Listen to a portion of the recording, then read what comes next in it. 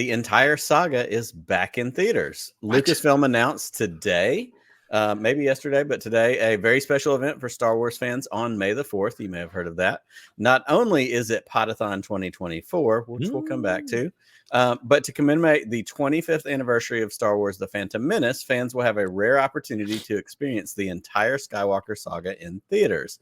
All 9 episodic films, for those of you keeping score at home, that's going to leave out Rogue One and Solo, presented in chronological order, will be showcased, allowing viewers to trace the iconic arc from The Phantom Menace all the way through the Rise of Skywalker. Additionally, attendees will gain an exclusive glimpse into the Acolyte, as we've already discussed, the upcoming Disney Plus series set during the High Republic era. Pete did call that. If you want to bet on NCAA basketball, Pete's your guy. Check my bracket. And a limited edition poster, I believe, by Matt Ferguson. If you're not following Matt online and got some of his posters and artwork, you're missing out. Will be distributed to mark the occasion. Tickets are going to be available for purchase starting tomorrow, Friday, March 22nd at 9 a.m. Pacific, 12 p.m. Eastern. If I didn't have a better offer that day, which I do, it's called Podathon 2024. Yep. We're going to be raising a whole bunch of money for the Make-A-Wish Foundation. I'm 100% certain I would tell my family to get lost. I'm not to be disturbed for the next 9 movies worth of time. It's so much fun. I love it. I'm a little bummed to miss out, but I do think I have a better offer. But what I'm excited about is this is a special time for the fandom. We've talked about something like Star Wars Celebration, where you show up, you hang out, and there's not all the negativity that you find online. Right. I think this is going to be that too. I also think this is going to be a good ramp up that's going to start and will culminate at Celebration Japan in 2025.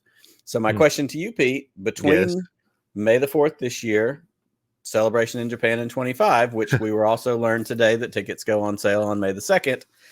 What other fun events or possibilities do you see that Disney Lucasfilm could do in the next 8 to 12 months? We've got shows on the horizon. We've got movies on the horizon. Is this the way to kind of build hype towards the celebration? Yeah, and I think it's fan goodwill, and I think it's first of all, I'm glad we are doing Podathon, because look, I love the Star Wars movies. But I can't sit for 19, 20 hours watching my favorite movivies. I'm old. We could be like the crazy astronaut lady. We could just get Depends and just ride it out. Oh my God. No. But I think between doing this, I think setting the Acolyte up with it makes so much sense. And I think, and we'll talk about this when we talk about the Acolyte a little bit later, but I think it's also, Disney is doing a nice job now of actually engaging the fans again, setting expectations, putting things together from that perspective.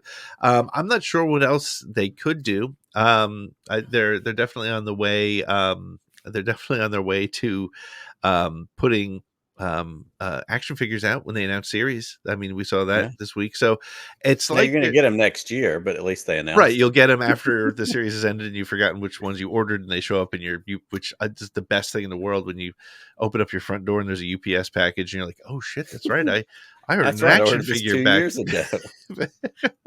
You order a helmet and you're still waiting, Yeah. But so I think I don't know what else they could do. I mean, I think this is cool. I think this is showing, improving, and moving them forward toward much more. We talked about it with I guess it was with Brandon a couple of weeks ago about how it's so cool that Star Wars is engaging people, and we love seeing that. So I agree. And I think we have seen, and we've talked about this a year or so ago, there has been a noticeable transition over the last 3 years. Yep. Star Wars social media engages a lot more with the fandom. You see people getting commented on, hearted, starred, tagged, followed. They'll pop up in one of our chats every now and then. Like you're getting some more, because Star Wars is built for and by the fans. Obviously, George Lucas created it, built it, but like the fans are what keep it going.